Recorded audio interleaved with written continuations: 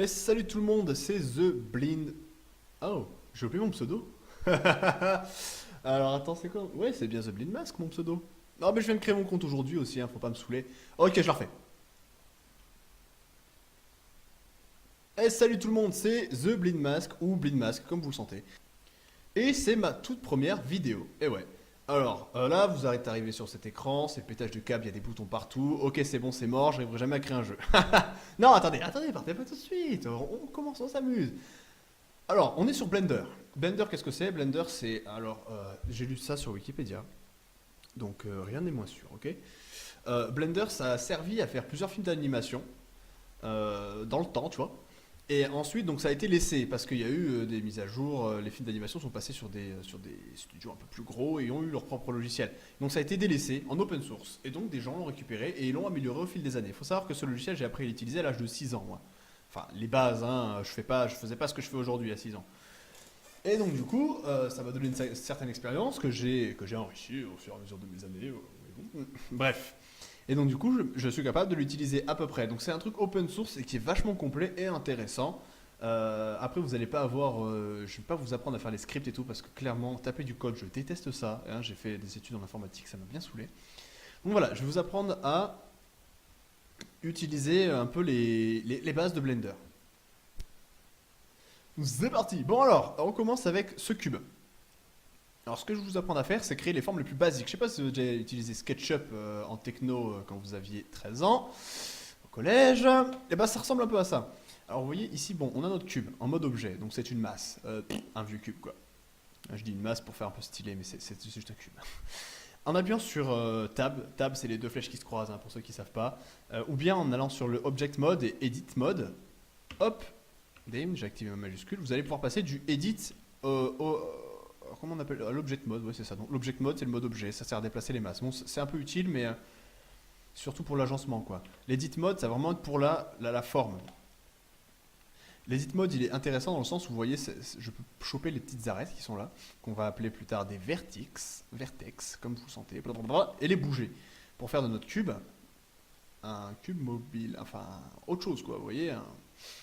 Hop, je peux le transformer comme ceci, comme cela, le faire rentrer, voilà. On peut en faire un peu ce qu'on veut. Donc ça, c'est intéressant. Hop. À ce niveau-là, vous pouvez donner la forme que vous voulez à votre cube.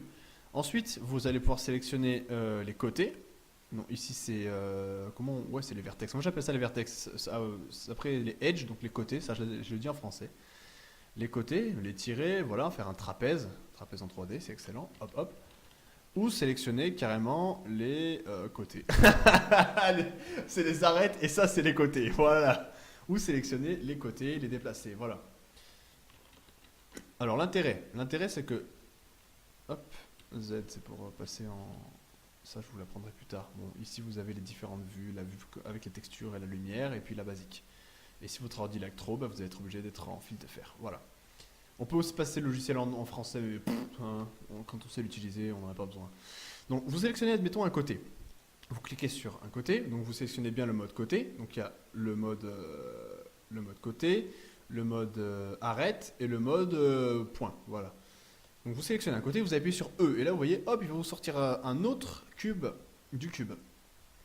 Alors on peut aussi, pour le même résultat, faire ceci, mais ensuite, si on le monte simplement, on va pas ensuite pouvoir ressortir un autre ici. Et vous voyez, hop, les possibilités sont infinies. Hop, hop, oh, c'est la folie. C'est génial, hein. Ah, moi je trouve ça génial. Hop. Et voilà, vous pouvez faire un peu ce que vous voulez. Et là, vous voyez, on peut même créer un petit niveau. Je peux mettre une sphère ici qui va se balader. Et hop, un point d'arrivée là, si on veut. Et puis, je mets de la lave, une petite animation, super sympa. Donc voilà, déjà, on a créé un niveau, hein. C'est plutôt cool. Alors, en fait, comme j'ai pas envie de vous surcharger d'informations, je vais faire des formats de vidéos courtes, vous voyez. Donc là, je vous ai appris, hein, très grossièrement, à transformer un cube en lui donnant une forme que vous voulez. Alors, on va maintenant apprendre à créer ce fameux cube, parce que si vous ne l'avez pas, vous êtes bien dans la caca si vous ne savez pas faire.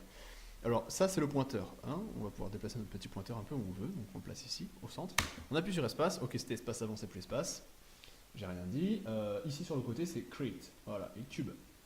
On peut aussi faire une chose avec une sphère avec moins de côtés, parce qu'il faut savoir que plus vous allez avoir de côtés, plus votre PC va prendre tarif. Alors si vous n'avez pas un PC de gamer ou de développeur, ça va être dur. Moi j'ai un bon PC, mais il aime pas trop quand il y a trop de côtés, hein. Il aime pas trop les vertex non plus.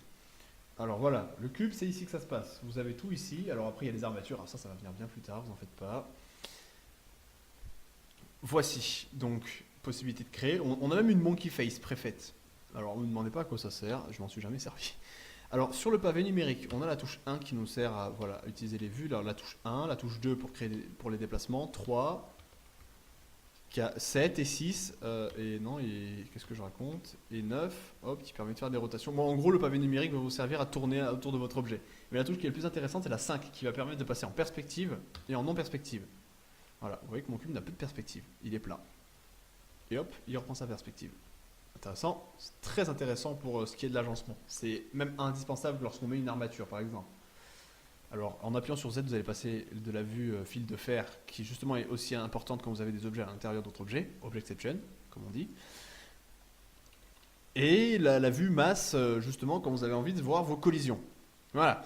Donc, voilà, là, je vais m'arrêter ici pour la première vidéo. Je vais en sortir plusieurs aujourd'hui.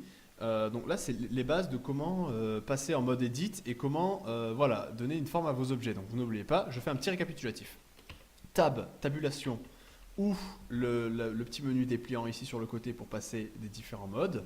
Bon, nous, ce qui nous intéresse, c'est Edit et Objet, hein. Les autres, je vous expliquerai plus tard. Et sinon, c'est Tab. Et ensuite, E pour extraire, E comme extraire, mettez-vous ça dans la tête. Extraire, hop, une nouvelle partie. E, extraire. Et hop, extraire. Je vous apprends une dernière chose juste avant d'en finir. C'est le découpage. Donc avec CTRL R sur une face, vous allez pouvoir, pouf, découper ici. Donc ça va créer une découpe sur ce uniquement, vous voyez, je ne peux pas aller plus loin, hein, uniquement sur cette portion de notre masse, et cliquer. Et ensuite, magie, on resélectionne la face, et voilà, on l'a dupliqué. Ça c'est très pratique si jamais vous avez une structure très complexe et que vous vous rendez compte que vous n'avez plus assez de côtés, de vertex en général, pour faire un travail propre et qui soit détaillé sans passer par la subdivision que je vous apprendrai plus tard, juste rajouter un simple côté, et bien vous n'avez qu'à faire CTRL R et placer votre côté. Et vous avez votre nouvelle vertex qui hop, peut se déplacer. Voilà, donc ça c'est purement la mise en place et la mise en forme des masses. On se retrouve dans une prochaine vidéo. Je sais pas pourquoi, hein, franchement, je regarde juste avant, je me dis ça serait intéressant de faire ça. Voilà, donc on verra dans la prochaine vidéo, vous le verrez dans le titre. Allez, ciao, bye! Et à plus.